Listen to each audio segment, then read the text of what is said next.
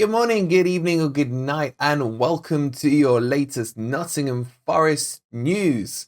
Do we still say and transfer news? Yeah, why not? We'll do it for one more time. Hope you guys are doing well, and welcome to the close of the transfer window. In today's video, we're going to be rounding up the final signings through the door at Nottingham Forest, and we'll be talking about signings still to come. Yes, you heard me right. Even though the transfer window is closed, there is still some signings that Forest will be making, and there will still be outgoings from Nottingham Forest. So as always, guys, before we start, if you would be kind enough, if you enjoyed the stream last night, give the video a quick like, subscribe to the channel if you are new, and of course you can follow me on Twitter, Wolverine8125, and support the channel for 99p as a member. Alright guys, let's get into it and let's have a quick roundup of the late incomings we saw last night. Okay, so let's start with Josh Bowler, who signed quite late yesterday, even though it was pretty comfortable. He signed for in and around 4 million, which will be made up of an initial fee and probably some clauses as well. But he's not going to be putting that shirt on for too long that you see below you, as he is getting on a plane and going over to Greece. Get him to the Greek, as they say. So Josh Bowler will go out on loan to Olympiacos for the remainder of the season, and we should see him back at the City Ground at the start of the summer. I think this is a good idea because he's not good enough yet to make it into the first team, and probably would be a fringe squad player currently. But he is young and has plenty of time to develop, so we just got to see him get through it all with the Greeks and develop, and I think it will do him well. There's potential for European football. There's also potential for him to get in a real rough and ready league in the Greek league, and will learn his trade quite well and help him in developing from that jump up from Blackpool. So good signing, one for the future. I'm happy with it, guys. A few of you were telling me yesterday that you wanted him in the squad, but did you really think, or do you really think, should I say, that he would make it into the squad or the first team? I'd be interested in your opinions.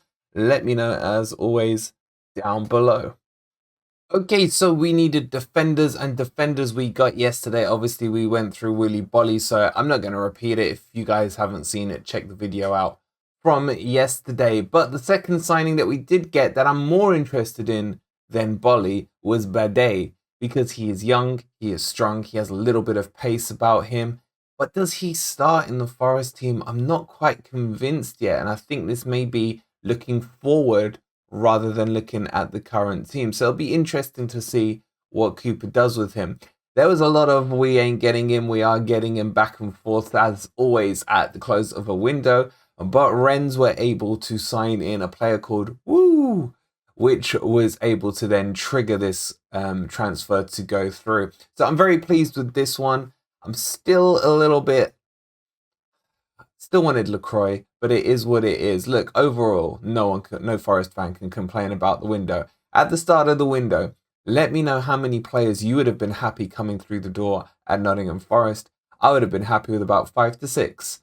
Instead, we've ended up with 21, which is record breaking. It really is.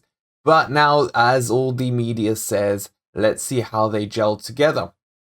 But it was a good, fun evening getting to that final hour. So a few things to confirm to you guys on top of this as well. Aurier is still going ahead, but he is a free agent, so there is no rush and no need to sign him before yesterday's 11 p.m. deadline. He will still be signed off at Nottingham Forest. It'll be subject to a visa and things like that, which take a little bit of time now that we are Brexit. So expect that signing to come over the next few days. There will still be some loans going out, as the EFL Loan Championship market is still open. So I anticipate maybe seeing the likes of Lyle Taylor going, maybe one or two other of the youngsters as well going away and getting some experience. We will, as always, of course, bring all that news to you. And let's talk finally about Batman, Bashtui, the one that really got us on the edge of our seats yesterday. Now, it just came out the blue.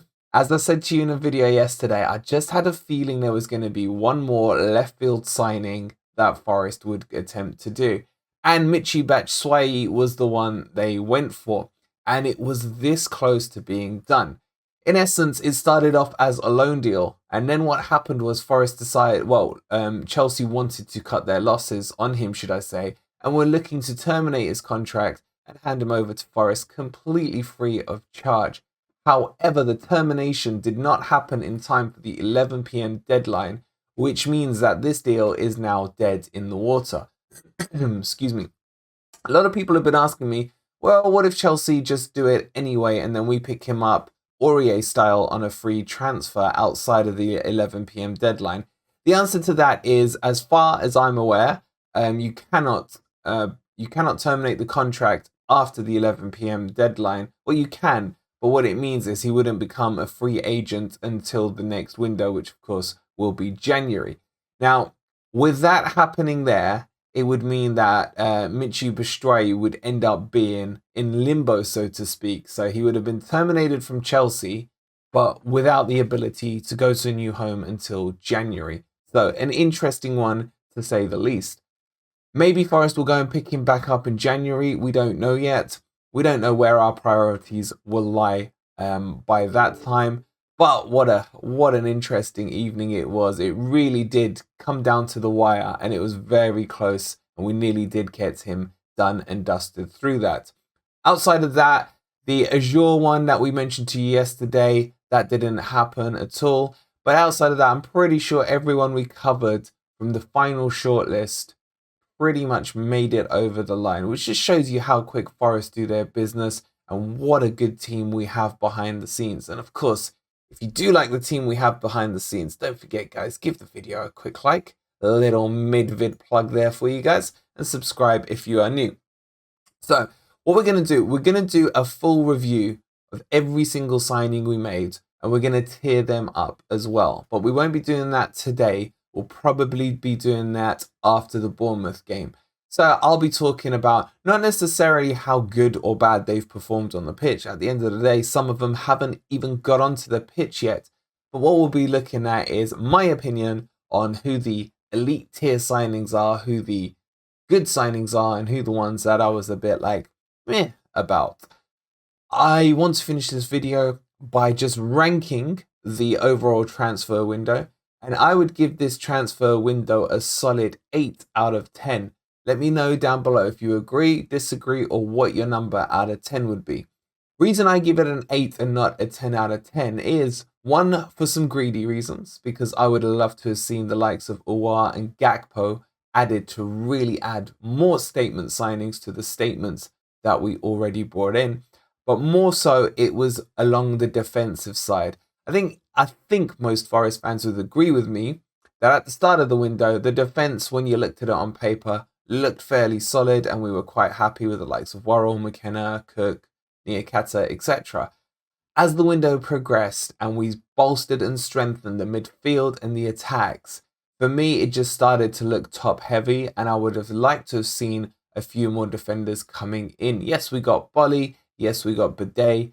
But I still just wanted Lacroix or Ndicka or Digne, players like that who really could have taken us to the next level on the defense. Of course, I'm not talking about the wing backs because you guys know how much I love Lodi. But overall, one or two more defenders and that would have been the complete window for me.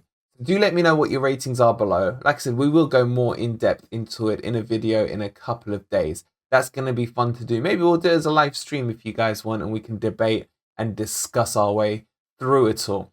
But for now, guys, that is the update. Just to let you know that tonight we have the Predictor League as we review the Premier League matches for tomorrow. We'll also have the Bournemouth preview match. I've got a lot of editing to do. And then tomorrow, of course, we will have the watch along for you from about 2:30 p.m. for Forest versus Bournemouth.